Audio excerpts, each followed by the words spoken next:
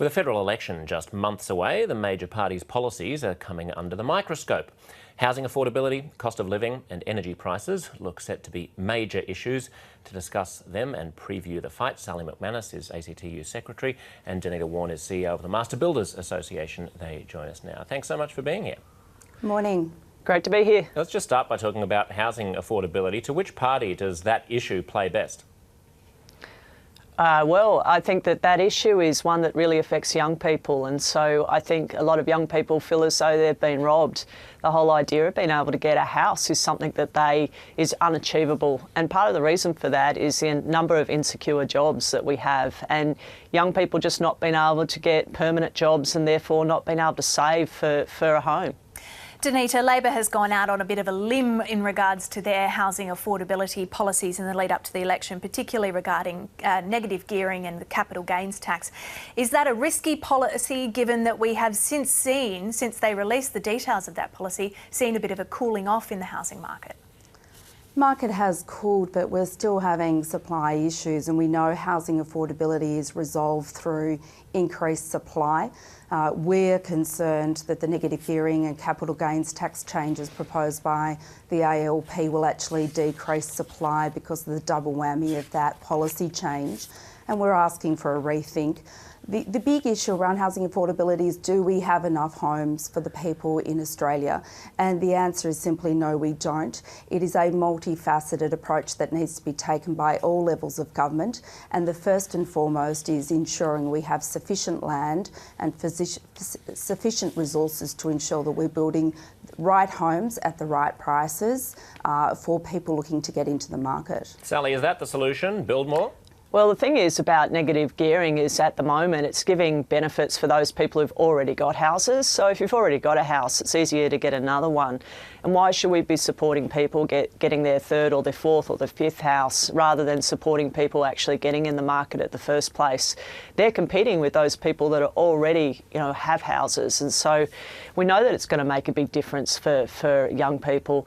The other thing is social housing. If we can build more public housing, social housing, that'll also take some pressure off the market as well. Well, Sally, I would just say that it's not just the wealthy that use these policies. I mean, the government says that the Treasurer, in fact, says Labor's idea of fairness is not to discourage those hard-working Australians who save, but to punish those who do. Does he have a point that it's not just the wealthy who use these policies?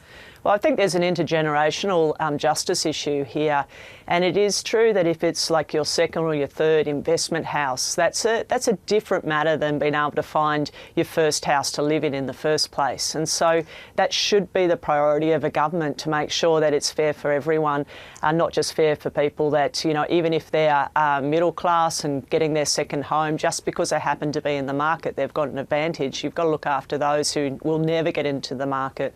Denita, to Sally's point about negative gearing, it's just worth reminding viewers that in many countries, not only do they not have negative gearing, they have the reverse of negative gearing. I mean, in the United States, you can deduct the interest on your own home loan, but you can't deduct interest on investment properties. Getting rid of negative gearing, Labor's policy essentially only goes halfway to what a lot of our allies and friends think is the sensible policy, which is you should give a break to home buyers who are buying properties that they're actually going to live in.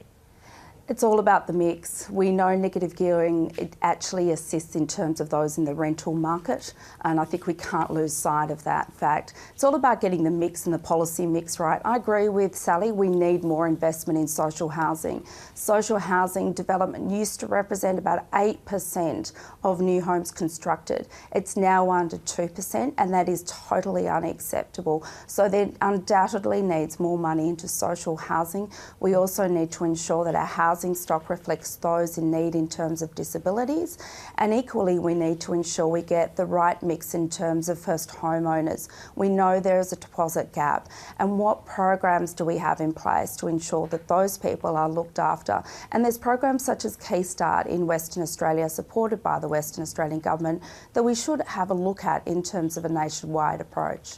Sally, when we're talking about the ability of people to get into the housing market in the first place, you know, there's a lot of sensationalist tabloid headlines about how terrible the slump in property prices in the capital cities is. But on the other hand, that, you know, a lot of people are saying, well, if you haven't gotten into the property market, at least this provides an opportunity for people to get in. There is also the fact, unfortunately, that it's very difficult to cop a break, because in an environment where property prices are slumping, it's actually harder to get loans and fewer people want to sell.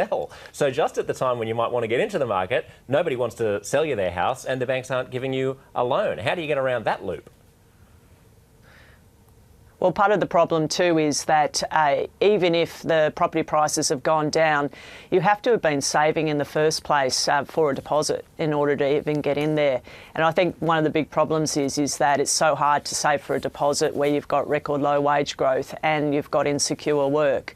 So those two things together mean that even if housing prices are going down, it's still out of touch for too many people. The fact that you've got to, you know, the amount of money you would have to save even with a 10% drop is a lot of money. And if you can't get a secure job, your chances of saving aren't very big. Under this umbrella of cost of living comes energy prices as well. That's also another issue that's set to dominate this year ahead of the federal election. We had the government's announcement about those changes regarding standing offers from electricity bills yesterday. Denita, do you think this will really resonate with voters targeting their hip pocket when it comes to energy prices? We know cost of living generally is a major concern for all Australians, and certainly from a small business perspective, of which 98% of our members are, they are concerned about those costs of energy, and we want certainty. So certainly any insurance that we can have to ensure affordability, while still ensuring that we're undertaking appropriate measures to reduce emissions. And we find that in home building. It's that balancing act, isn't it, between ensuring that we're building energy efficient homes, but homes that also are affordable. And we would like to see greater consensus and balance in this debate, ensuring that we do ensure that energy prices are low, that there is certainty in the market so people can get on with their businesses. Sally, the Prime Minister says he's going to bring energy prices down by basically taking back a little bit of power from the states and using the federal government's authority to force energy companies to set a kind of default price which would be open and transparent and available to people, even if they'd been with an energy supplier for quite a long time, so that you don't have this situation that we have at the moment where people come in on a great introductory rate and then their energy prices quietly go up when that introductory rate ends. Is that a good idea? Well, I think what's happened is energy market has become so complicated, and it's because of 10 years of privatising our energy providers. And so now what they're doing is they're price gouging. So they're making quite a bit of profits at the same time that the prices are up. So Scott Morrison's idea of intervening in the market I find quite ironic, given that the whole point is that the market's just meant to decide things. And I think really the issue is in the end that unless you reform that whole market, unless you go back to an idea that the government has a much bigger important role in energy market, we're always going to have those companies trying to make more money. We're always going to have them trying to, when they can get away with it, putting energy prices up. And I think that's, the big underlying issue. Denita, you say that certainty is the thing that is needed. Is that certainty lacking because there's no energy policy? Is that the thing that would create the real certainty rather than this intervention? I think the important for mum and dads at home, and if they're running businesses, is to ensure that they understand the costs of running their business so they can go ahead and invest and employ more people.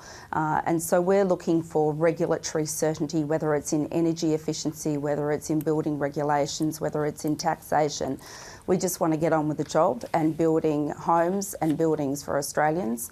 And that can't be done unless there is certainty of the business environment upon which they are operating under. Sally, just looking quickly at the political calculus as we enter this federal election campaign, Paul Kelly, the editor-at-large of The Australian, wrote this week that basically the job of the Prime Minister is going to be to make sure that people aren't talking actually about energy, but to change the subject so that people are talking about tax and border protection. He wants the focus on franking credits and borders. Do you agree with that assessment? Yeah, I reckon that's exactly what Scott Morrison will do. He wants to be talking about boats, he wants to be talking about tax and energy prices, because he wants to distract people from the big problem, which is record low wage growth.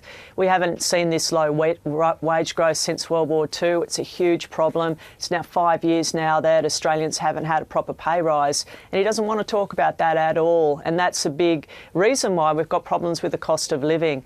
And so if he can distract people off onto these other issues, that'll be a good thing for him, because he can avoid that whole issue, which is really actually the biggest issue that Australians are facing. All right, Sally and Denita, we'll have to leave it there. Thanks for your time this morning. Thank you.